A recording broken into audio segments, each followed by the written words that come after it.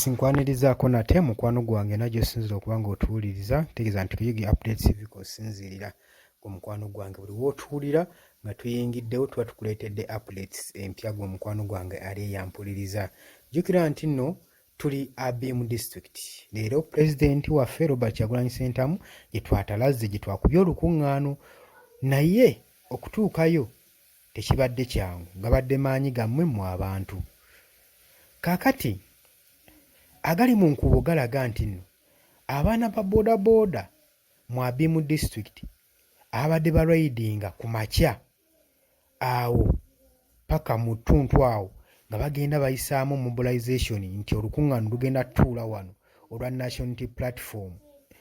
Poliisi yawambye boda zaabwe egenze ekwata omu ku omu ng'ekwata boda zaabwe ng'eziwamba.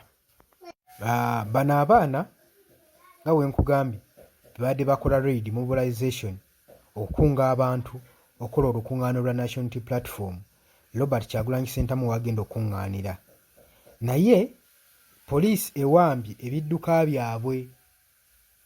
Ebiwambye era bwe njogera biri ku poliisi ssaawa zino. Secretary General wa National Unity Platform David ayiseeyo n'ababuuza ensonga ki lwaki ebidduka by'abaana biwambiddwa.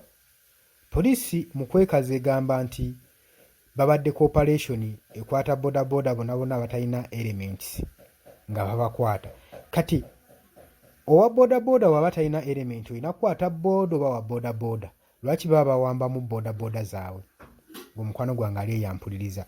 Ekintu ekikyamu nnyo ekitulaga zino enkola kikulaga nti bye bino bye twagala okuba nga tujja mu buyinza okukyusaamu okutereeza mu nsonga eyo, kubanga Luisi yatugamba nti abasirikale abazze okukwata ababoda abadde balwayiringa mu bitundu bya Abiim okukunga abantu okumobilizinga abantu bajje ku ttuwa, bo bennyini nabo tebalina elementi, kyokka batugamba nti badde bakwata baboda abatambadde elementi naye nga bo bennyini abazze okukwata nebo kennyini elementi tebaziyina.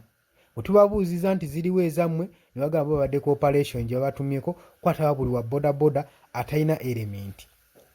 Olowooza ekyo ki? Si butiitiizi na fugabbi wabula mukwano gwange gwali eyampuliriza. Njagala mu kalulu ka 2026 tusalewo ekyenkomeredde Uganda oba edda mabega oba egenda mu maaso. Kitegeeza ki? Olina okusalawo ggwe nga ggwe munnayuganda. Enkola eno mu ggwanga nesobola okuba nga eggwaawo, munnayuganda n'alekeraawo okubonaabona.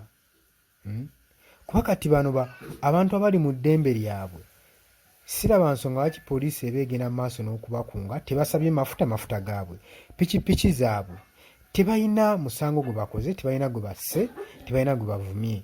Lwaki oba obayingira? Lwaki oba oyingirira mobilization exercise zaabwe?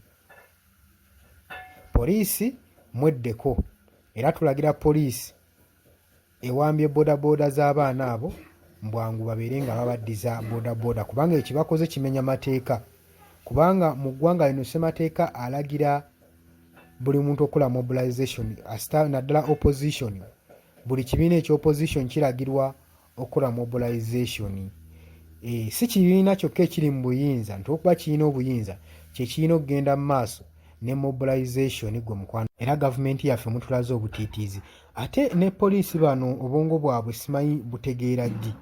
Ekyokuwamba boda z'abaana kitegeeza nti nno ogenda kuba okomyezza ekyo ekiriwo, ogenda kuba okyongedde maanyi ate nga kigenda mu maaso. Gwe mukwano gwange ali yampuliriza.